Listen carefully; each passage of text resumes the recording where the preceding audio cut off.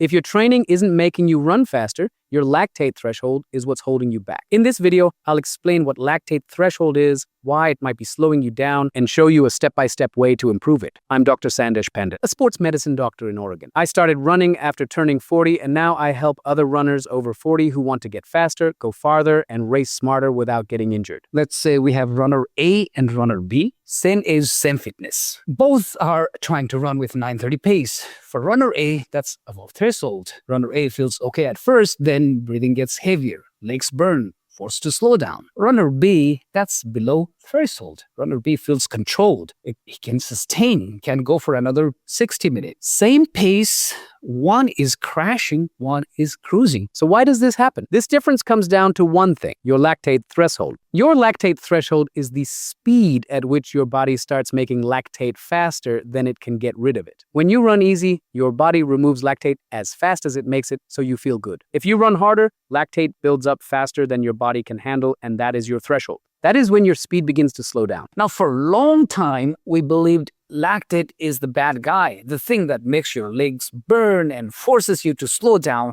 But here's the truth, lactate is not the villain. It's actually a type of the fuel. Your body can use it for energy. We measure it because it signals when your system is starting to fall behind. So why does this matter? The lactate is such a powerful marker. It tells us when the balance is tipping. This line controls everything. How fast you can run without blowing up, how long you can hold that strong pace, whether your run feels controlled or chaotic. And especially after 40, this becomes even more important because it's not about just pushing harder anymore. It's about staying efficient. A higher threshold means you run faster at the same effort, you last longer before fatigue hits, and you feel in control, not desperate. So how do you actually improve this? There are 3 key things. So first is your aerobic engine. The better your base is, remember all that zone 2 work, the better your muscles are at using oxygen and fat as the fuel. Second is your running efficiency. If your form is wasting energy, you're doing lots of bouncing, overstriding, poor cadence, your muscle is working harder all the time, so your threshold shows up earlier. Better form,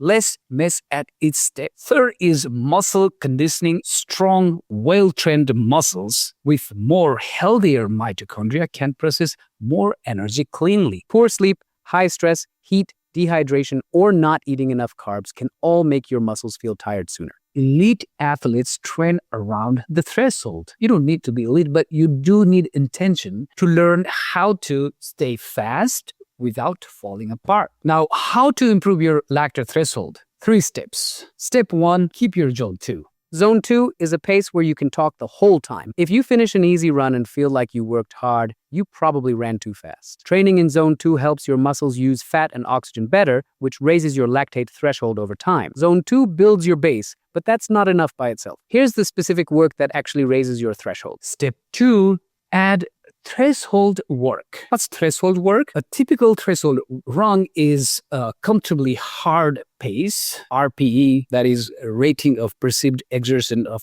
6 to 7. That just basically means how difficult you feel your run is. And effort is lasting about 20 to 40 minutes, or you can break that into intervals. If you're just starting, keep it simple. Run easy most days and add 1 hard effort like this once per week. That alone can start improving your threshold. It's designed to improve endurance by raising body's ability to manage lactate accumulation. It is a run at a pace sustainable for about an hour. There's one more thing most runners skip, and it's the key that makes all of this work. Step number 3 is recovery. Respect recovery, no improvement. This is where people go wrong. Sleep. If you get less than 7 hours, your body cannot finish the repair process that helps you get faster. Fueling. Threshold workouts use up your energy stores. After hard sessions, make sure to eat and do not cut carbs. Stress. High stress from work, poor sleep, or not eating enough tells your body to break down muscle rather than build it. I put together a simple smoothie guide using whole food ingredients to help you refuel after harder sessions. The full recipe is in a free PDF linked below. Now you know the 3 steps, but how do they all fit together? Instead of adding more days, you just upgrade one day, your quality day. The rest of your workouts should be Zone 2 runs or rest days. Everything we just built, the Zone 2 base, the threshold sessions, depends on one thing most runners get wrong before they ever start: knowing which zone they are actually in. Most runners think they are in Zone 2, but they are actually in Zone 3, also called the gray zone. In my previous video, I explained what the zones are and how to know which one you are actually in on every single run. Watch that now, I'll see you there.